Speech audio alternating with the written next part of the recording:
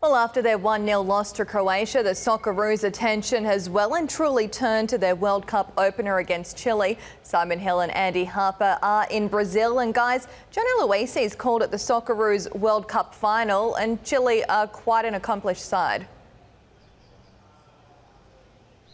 Yeah, they certainly are, Lou. Good evening to you on a very beautiful morning here in Vitoria, where the Socceroos will get back to work ahead of that vital World Cup opener against Chile in Cuyaba. Andy Harper, one of the things we haven't spoken about with regards to the Socceroos, and we will come on to the Chileans in a moment, is the left fullback role. It's only, I think, 12 months ago we were quizzing who was going to play that role and who was the long-term successor to Scott Chipperfield. We appear to have found the solution in Jason Davidson. And he seems really to be growing into the role nicely, Simon. There's still a few areas defensively where he needs to pay a bit more attention, but that will come with more and more games. He's going to be under intense scrutiny against Chile. There's no doubt about that. Both fullbacks will be, because Chile plays such a ferociously intense and fast and wide game.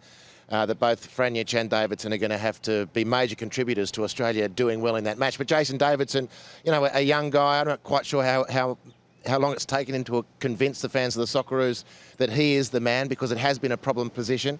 But he's looking pretty concrete there at the moment, and it was an impressive game against Croatia. He was caught, in my opinion, a little bit out of position for the goal that was scored, even though it was a fortuitous one for Croatia in the end. But really good signs, and hopefully a long international career in front of him. And this is not a position we'll have to perennially talk about.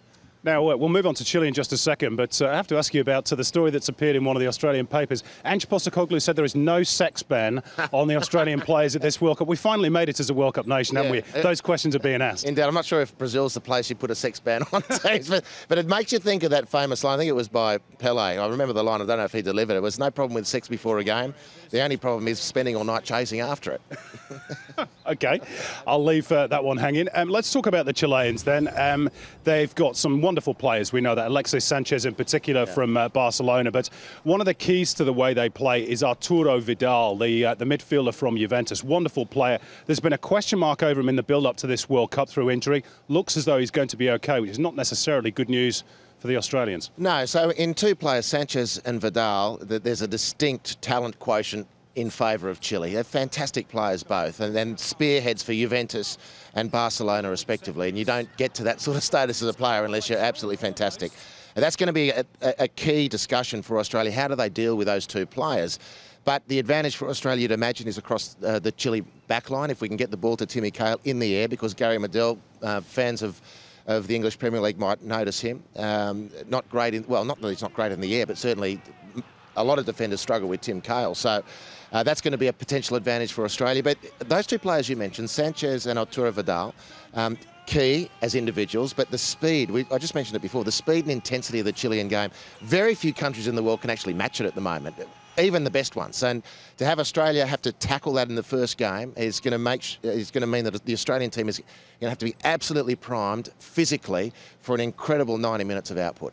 Starting to get very close now, that World Cup opener against Chile in Cuyaba. And you can tell that the World Cup is getting close as well, Lou, because Cameroon have already fallen out over money. They refused to board their plane initially to get to Brazil ahead of this World Cup. That's what happens when the biggest tournament in the world is just around the corner. Yes, always plenty of drama. Thank you, Simon Hill and Andy Harper there in Vitoria.